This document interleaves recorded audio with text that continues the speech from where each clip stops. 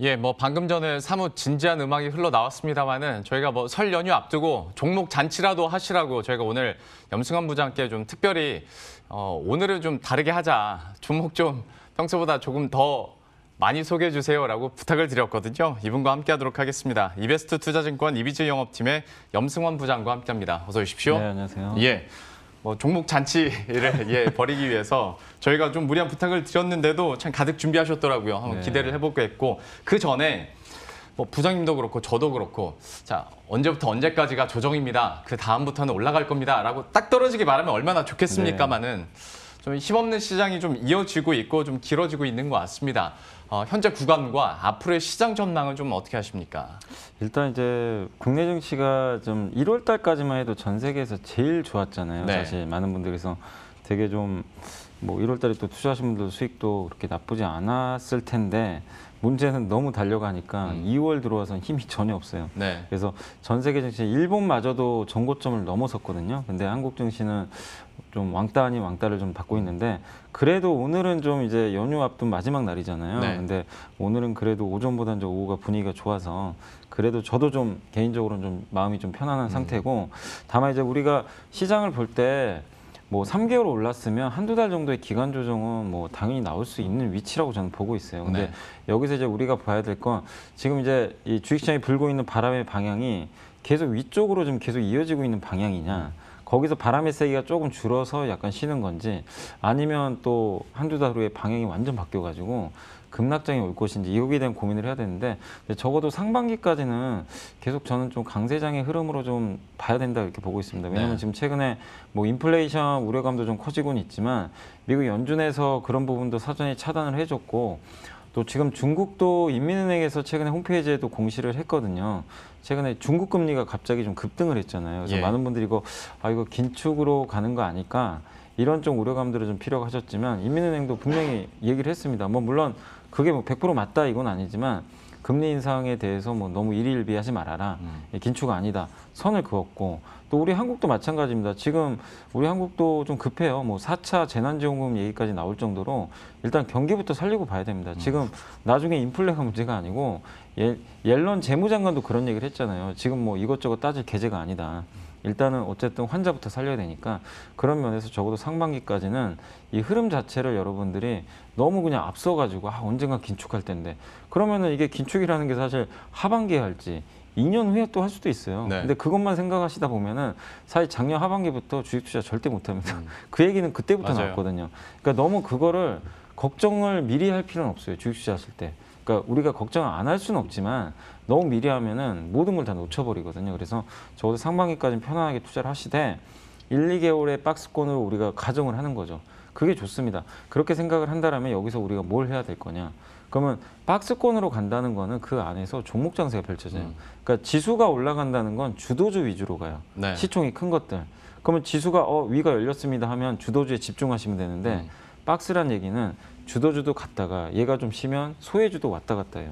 그러니까 이게 순환매를 타니까 그럼 이럴 때 여러분이 하셔야 될 거는 적절하게 그 포트를 배분하셔야 돼요. 그러니까 지금은 집중보다는 좀 분산 투자가 맞는 것 같아요. 네. 그래서 제가 생각하는 건 일단 그 주도주 섹터가 여러 가지가 있지만 그중에 반도체, 자동차 전장 부품, 건설 콘텐츠 이 한 축이 주도 섹터로 보시고 이쪽을 좀 담아 놓으시고 그다음 두 번째가 좀 소외받았던 업종들 있잖아요. 예. 뭐 화장품, 유통, 정유 이쪽은 이제 코로나 이후를 대비하는 건데 이쪽이 요즘에 좀 주가 퍼포먼스가 좀 괜찮더라고요. 근데 이런 섹터도 일부 담아놓고 그리고 가장 지금 못난이가 뭐냐면 중소형주입니다. 네. 정말 안 가요. 코스닥의 중소형주들 뭐 바이오도 마찬가지고 중소형 제약주부터 해가지고 너무 좋은 기업들이 많은데 이 기업들이 좀 철저하게 소외받고 있거든요. 그러니까 지금 시장에서 가장 왕따당하고 있는 이쪽 한쪽 섹터 이것도 같이 편입을 해보자는 거죠. 또 골고루 있게 세 개의 섹터로 좀 나눠가지고 여러분들이 좀 연휴 전에 좀 담아서 대응을 하시면 이 박스권 한두 달 기간 동안에 저는 나쁘지 않은 성과가 나올 수 있다고 보고 있거든요. 그래서 한번 포트폴리오를 좀 다변화하는 전략을 좀 다시 한번 말씀을 드리겠습니다. 어떤 분산 투자에 대한 중요성을 다시 한번 강조하셨는데요. 그래서 우리 여러분들 분산 잘 하시라고 이제 종목들을 가득 준비했습니다. 첫 번째 설 선물 종목 공개를 해보도록 할 텐데 어떤 종목입니까? 네, 그러니까 거기에 이제 제가 소개해드린 업종을 다 한 건 아니고 그 중에 이제 한두 개씩만 뽑아봤는데 네. 첫 번째가 반도체인데 이름을 좀 헷갈리시면 안 돼요. 이거 이 얘기하면은 인터플렉스 아니냐 이거 네네, 맞아요. 자꾸 좀 헷갈리시는데 인텍 플러스입니다. 인텍. 그래서 이 회사는 이제 반도체 후공정 검사 장비 만드는 회사입니다. 그래서 요즘에 그 인텔도 그렇고 TSMC도 그렇고 자꾸 이제 외주 주는 게 좀 하나의 좀 트렌드인데 주요 고객사가 인텔이에요. 그래서 인텔이 설비 투자를 할 때 검사 장비 수요가 많이 들어갔는데 사실 인텍 플러스가요 몇 년 전까지만 해도 적자 기업이었습니다. 왜냐하면 인텔에 납품을 하려고 정말 노력을 많이 했어요. 기술 개발도 하고.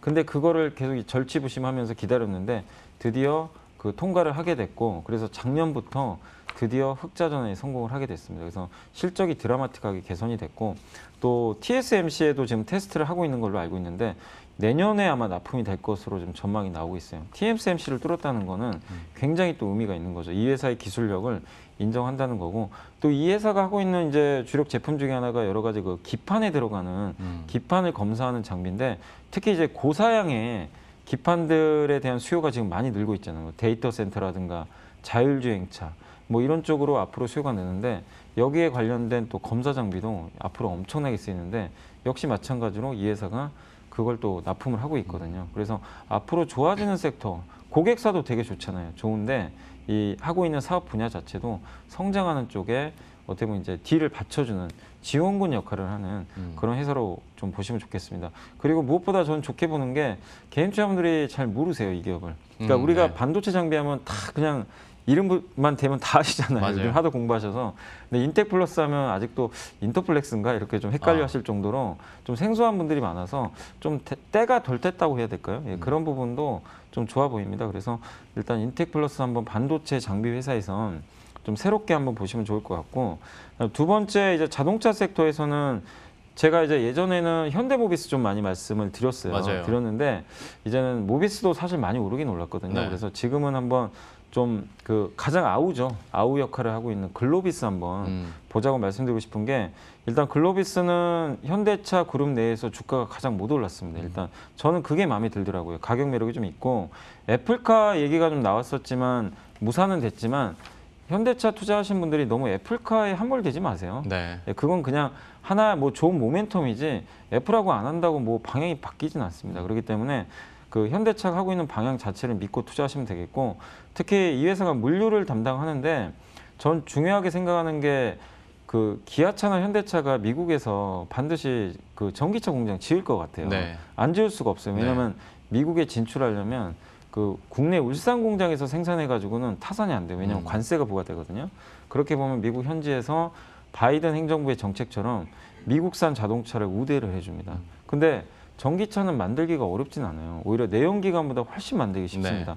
이 모터하고 배터리 조합해가지고 이 껍데기 붙이면 되거든요. 그래서 훨씬 만들기 공정이 간단하기 때문에 그렇게 보면 조지아 공장을 증설을 할 가능성이 높은데 그런 걸 할 때 누가 그 역할을 해주겠습니다. 이 물류를 담당하는 업체가 필요하거든요.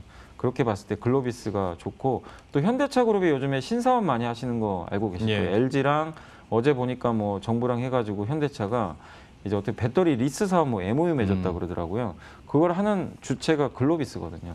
또 나중에 중고차 사업까지는 이제 허가가 날지 모르겠는데 혹시라도 현대차가 중고차 사업 허가가 떨어지면 이 글로비스가 그걸 맡기로 했었거든요. 그래서 다양한 비즈니스 모델들을 좀 가지고 있으니까 저는 현대 글로비스도 한번 그 자동차 쪽에선 좀 관심을 갖고 보시면 좋을 것 같습니다. 일단 두 개가 나왔습니다. 첫 번째가 인텍 플러스였는데 계속 헷갈리지 마시라고 강조한 이유가 예전에 인텍 플러스 한번 모멘텀이 나왔던 적이 있는데 장중에 인터플렉스가 맞아요. 함께 오른 적이 있었거든요. 네, 맞아요. 전혀 상관이 없었는데 헷갈릴 만합니다. 이번에 말씀해 주신 건 인텍 플러스니까요. 예, 이거 헷갈리지 않으셨으면 좋겠고 두 번째 종목으로 현대글로비스 애플카와 협력 논의가 중단됐다고 해서 여기에 너무 함몰되지 말자라면서 이제 각종 포인트를 얘기해줬고 또 생각해보면 정의선 회장이 가장 지분 많이 갖고 있는 데가 또 현대글로비스기도 하고 하니까 그러니까 글로비스 대주주 입장에서는 글로비스 주가가 올라가서 나쁠 게 전혀 없거든요. 그러게요. 그러니까 네. 이게 신사업을 자꾸 이쪽으로 몰아준다는 건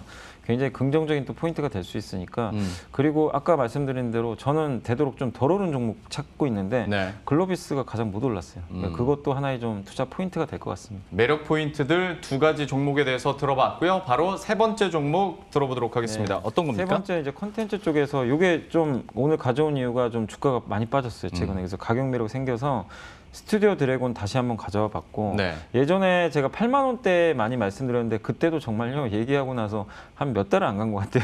정말 저는 왜냐하면 이 회사 드라마 너무 잘 만드니까 네. 이거 뭔가 일을 낼 것 같다. 좋아하시잖아요. 예, 예. 되게 그래서 드라마도 되게 저번에 스위트홈도 대박이 났고 네. 근데 그 전까지만 해도 아 이거 너무 비싸다. 드라마 또 언제 대박 나냐 이제 자꾸 그런 인식 때문인데 결국엔 이제 스위트홈이 미국 시장을 뚫어버렸고 가치가 올라가서 이번 11만 원까지 한번 갔다 온 적이 있잖아요. 근데 네. 최근에 다시 한번 뭐 실적에 대한 우려감 때문에 빠지긴 했지만 실적보다는 모멘텀을 보시는 게 좋을 것 같아요. 어차피 지금 글로벌 유수의 OTT 회사들이 한국에 뛰어들고 디즈니 플러스도 이제 들어온다고 하더라고요. 네. 뭐 KT하고 LG 플러스랑 같이 한다고 네. 하는데 거기서 중요한 게 오리지널 콘텐츠예요. 지금 스위트홈도 넷플릭스에만 어떻게 보면 반영이 되는 거잖아요.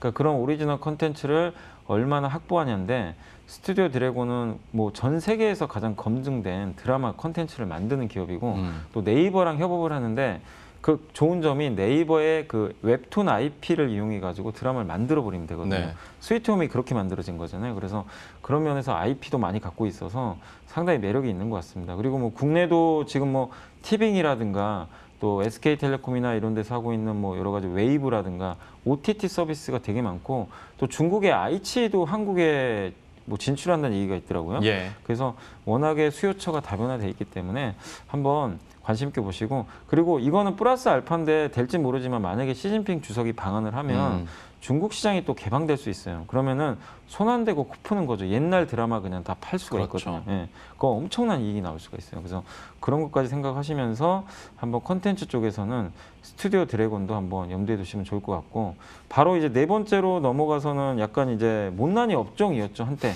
요새 좀 좋아지고 있습니다. 아까도 네. 제 앞서서 한 분이 그 SOL 얘기하시는 것 같더라고요. 근데 저도 개인적으로 제가 뭐 정유주를 좋아서는 아니고 저는 항상 남들이 좀 관심 없는데 뭔가 좋아지는 포인트가 보이면 좀 말씀을 드리는데 SOL이 좀 그런 게 보이더라고요. 개인 투자자분들 관심이 일단 없는 상황에서 국제 유가가 스물스물 지금 올라오고 있습니다. 그래서 하반기 본격 상승 기대되고 뭐 인플레이션이 올지 모르겠지만 만약에 온다면 최적화된 기업이에요. 이 물가가 오르면서 유가도 계속 올라갈 수가 있기 때문에 그런 면에서 SOL 좀 눈여겨보시고 그리고 이게 그 석유화학 사업만 하는 게 아니라 최근에 제가 보고서를 보다가 좀 깜짝 놀란 게 그린 사업 같은 신사업 진출을 좀 그 준비 중에 있더라고요. 맞습니다. 여러 네. 가지 녹색 산업.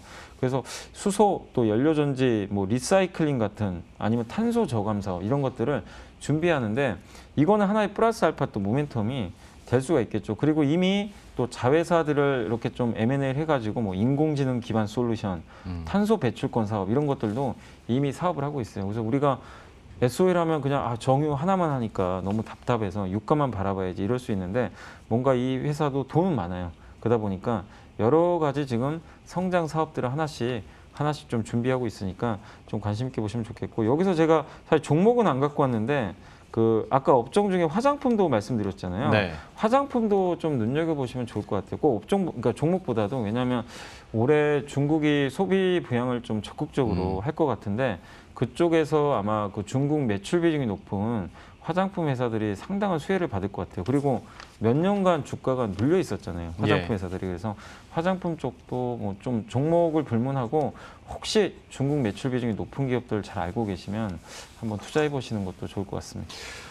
다음 종목들을 얘기해 주셨는데 일단 스튜디오 드래곤 예전부터 좋아하셨고 얘기를 하셨었는데 그때 워낙 많이 올라서 네. 너무 많이 올라서 에이스토리어 했는데 그 이후에 에이스토리도 날라갔고 네. 근데 지금 다시 한번 매수할 수 있는 기회가 온 것 같다. 최근 좀 조정을 받았잖아요. 스튜디오 드래곤 얘기를 해주셨고 그다음에 SO일에 대해서 뭐 유가도 유가지만 역시 시장에서 신사업 기대감을 좀 많이 갖고 네. 있는 것 같습니다. 역시 뭐 긍정적으로 얘기해 주셨고 플러스 알파로 중국과 관련해서 화장품 업종까지 막간 얘기를 해주셨어요. 주셨어요. 자, 그러면 이제 마지막 설 선물 받아보도록 할 텐데요. 어떤 종목입니까? 예, 환인제약인데 아까 이제 컨셉이 뭐였냐면 저평가된 그 중소형 소외주 네. 말씀드렸잖아요. 코스닥에. 그래서 그 관련해 가지고 환인제약 좀 가져와 봤고 이게 코스닥 찾아보시면요. 이제 4분기 실적 발표 지금 한참인데 실적들이 다 잘 나오는데 주가가 안 가는 기업들이 되게 많아요. 한번 찾아보시면. 그 대표적인 기업이 환인제약입니다. 그래서 좀 관심을 가져보시라는 의미로 좀 말씀드리고 싶고 환인제약은 대표적인 그 우울증 치료제 만드는 회사입니다. 요즘에 그 정신질환에 걸리신 분들이 되게 좀 많다고 하시더라고요. 그러니까 네. 뭐 이런 우울증뿐만 아니라 또 알츠하이머 같은 병도 굉장히 유행을 하고 있는데 이게 다 이 뇌에 관련된 질환들이잖아요. 그래서 정신질환에 좀 관련된 것들인데 특히 코로나19 때문에 많은 분들이 이 대면도 못하고 집에만 있다 보니까 답답함을 호소하시는데 뭐 공황장애 같은 것도 많이 생기기도 하고 거기에 관련돼서 환인제약은 좀 특화된 그 치료제를 좀 보유를 하고 있습니다. 그래서 이 부분에서 앞으로 좀 이익 성장이 계속 나올 것 같고, 근데 실제로 앞으로 저는 좋아지기 때문에 말씀을 드리지만 현재도 너무 좋아요. 이번 4분기에 무려 영업이익이 75%나 그러니까 시장 기대치를 훌쩍 뛰어넘었습니다. 그러게요. 이건 뭔가 구조적인 변화가 생기고 있다는 얘기거든요. 우리가 그 놓치고 있는 뭔가 있다는 얘기인데 그만큼 이 시장 자체가 우리가 예상한 것보다 훨씬 커지고 있다는 좀 증거라고 좀 보고 있습니다. 그리고 실적이 이렇게 좋다 보니까 당연히 주가가 못 올랐거든요. 그동안 최근에. 그러다 보니까 PER이 당연히 낮아지겠죠. 그래서 PER이 올해 실적 기준으로 이제 10배밖에 안 돼요. 아니 이렇게 성장하는 제약주가 10배라는 거. 지금 코스피 평균 PER이 13배잖아요. 13배, 14배. 네. 그거에 지금 너무나 못 미쳐요. 그러니까 저는 평균 PER은 최소한 가야 된다고 생각하는데 그게 왜 그러겠습니까? 중소형주를 인정을 안 해요. 지금 시장 자체에서. 수급이 안 몰리다 보니까. 근데 어느 시점에선 박스권 장세에서 중소형주도 분명히 움직일 것 같아요. 그래서 한번 환인제약도 좀 특화된 비즈니스를 가지고 있는 제약주니까 한번 좀 여러분들이 관심 갖고 대응하시면 좋을 것 같습니다. 그러니까요. 영업이익이 전년 대비 75% 증가에 당기순이익이 50%대 네. 증가면 진짜 안에서 구조가 바뀐 건데도 네. 참 주가는 지지부진했습니다. 네, 맞습니다. 종목 토론 게시판에서도 징글징글하다고 하는데 그래도 염승원 부장님의 또 레이더에 잡혔으니까 앞으로의 흐름들은 좀 기대를 해보도록 하겠습니다. 마지막 종목 환인제약까지 이렇게 살펴봤습니다. 지금까지 이베스트 투자증권 이비주 영업팀의 염승원 부장과 함께했습니다. 오늘 말씀 고맙습니다. 감사합니다.